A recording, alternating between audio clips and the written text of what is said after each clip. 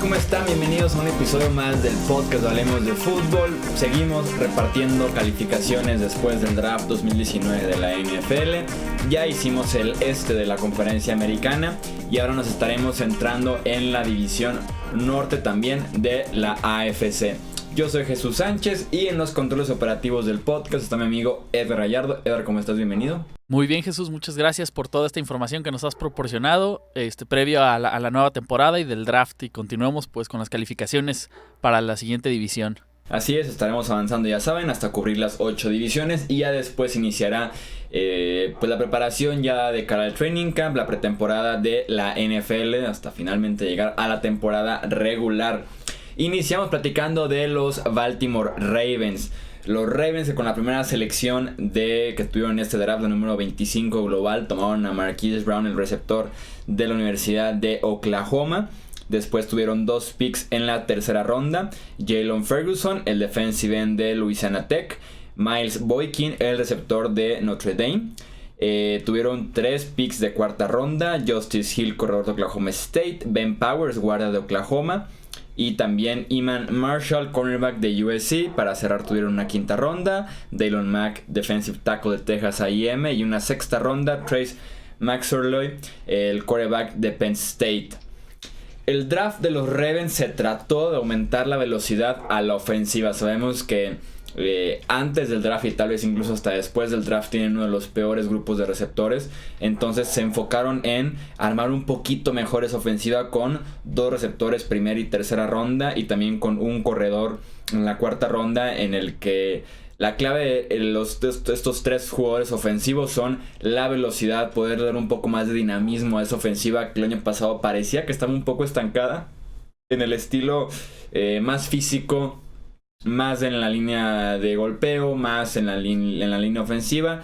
Entonces se trató de aumentar la velocidad y explosividad de esta ofensiva.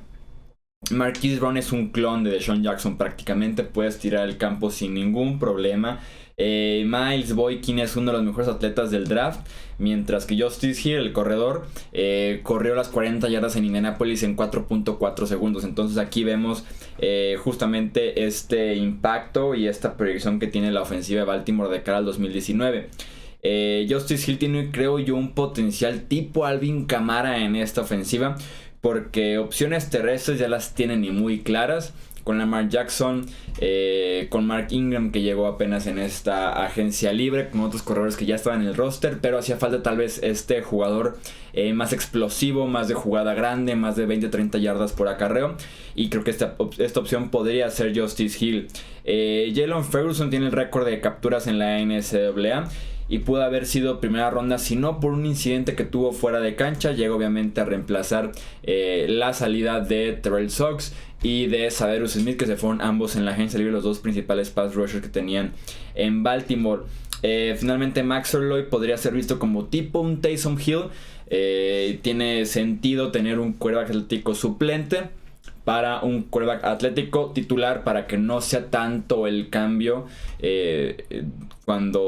si llega a lesionar el titular o si llega a salir por un par de jugadas, no sea tanto el cambio en el costado ofensivo, porque tienes casi las mismas herramientas titular y suplente.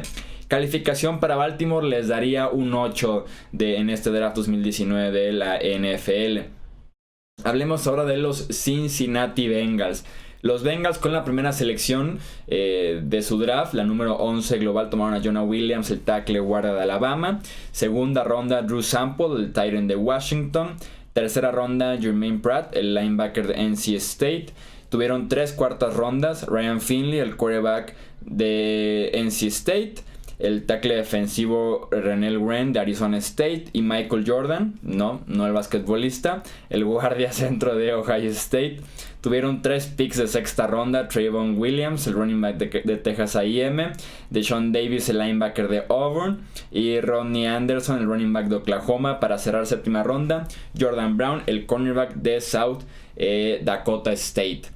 El draft de los Bengals, la selección de Jonah Williams fue necesidad y valor. Un empate perfecto con ese pick número 11.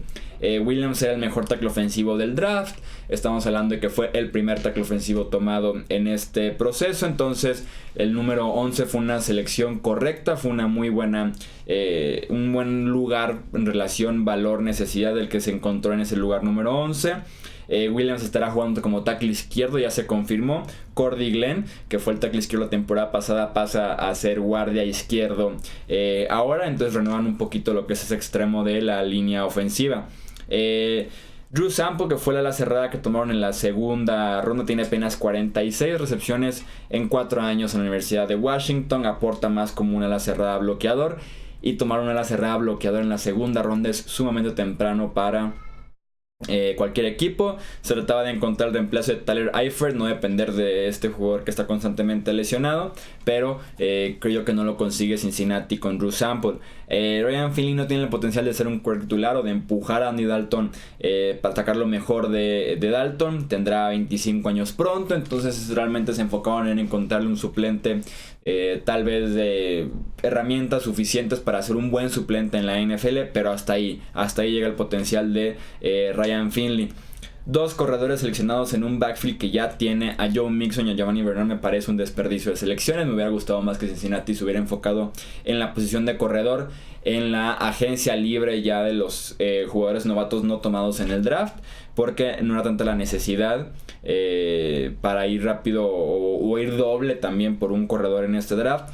Creo que son un poco los jugadores en esta clase del draft que realmente van a contribuir. Le daría a Cincinnati un 6 de calificación de este draft. Pasamos con los Cleveland Browns, que no tuvieron pick de primera ronda por el cambio de Odell Beckham Jr. Su draft inició en la segunda ronda, pick 46, Greedy Williams, el cornerback de LSU.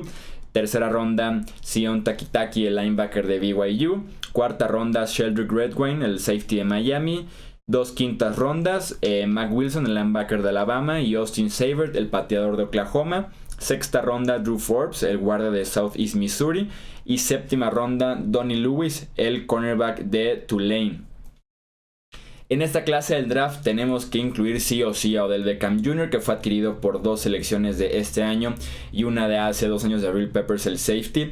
Un precio sumamente barato para un futuro, para un talento nivel salón de la fama del fútbol americano profesional. Entonces a partir de aquí ya empezamos con el pie derecho con esta clase del draft, porque se invirtió y muy pero muy bien en ese cambio de Odell Beckham Jr. Greedy Williams era un valor top 15 en este draft por su habilidad en cobertura. ¿A quién le importa si taclea o no? Un cornerback bueno no permite una recepción, lo cual lo salva de hacer el tacleo. Y Greedy Williams es la pareja perfecta para Denzel Ward. Son jugadores muy parecidos tanto en tamaño como en físico, como en el estilo que tienen de jugar hombre a hombre bastante bien. Y van a formar una de las mejores parejas jóvenes de cornerbacks en la NFL. Greedy Williams de un lado y Denzel Ward del otro. No tuvieron pick de primera ronda, pero Williams es un talento justamente de primera ronda de este draft. Mac Wilson, el linebacker de Alabama, es una opción por si Joe Schobert se va en esta agencia libre. Me gustó el draft de los Cleveland Browns tomando en cuenta el cambio de Beckham Jr. Les daría de calificación un 9. Cerramos la división con los Pittsburgh Steelers. Su draft inició en el pick número 10. Escalaron posiciones para tomar a Devin Bush, linebacker de Michigan. Deontay Johnson, receptor de Toledo, fue la segunda selección ya en la segunda ronda.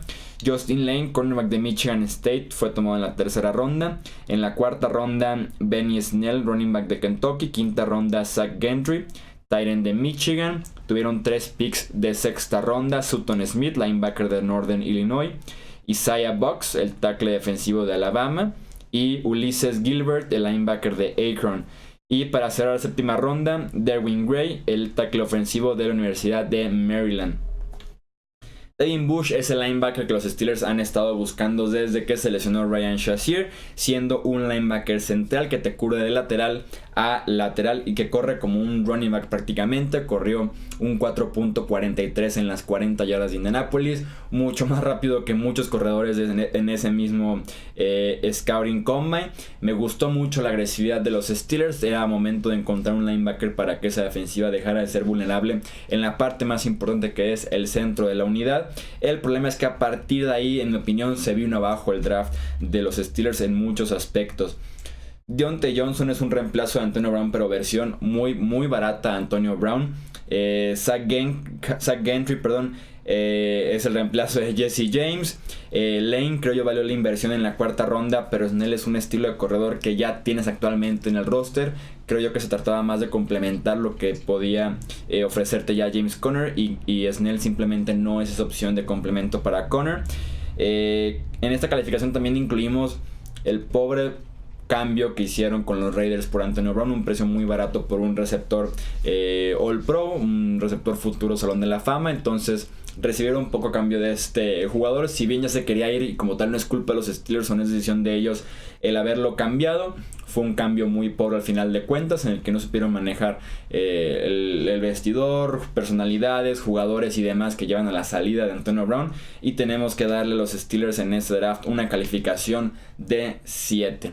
Los leemos ahora ustedes en los comentarios qué calificaciones les dan esos 4 equipos del norte de la conferencia americana, en los comentarios del canal de YouTube o también en redes sociales, Twitter, Facebook e Instagram, como Hablemos de Fútbol. Yo soy Jesús Sánchez, seguimos con este repaso en el próximo episodio, que nos estaremos enfocando en el sur de la conferencia americana, y nos escuchamos en la próxima. Hasta luego.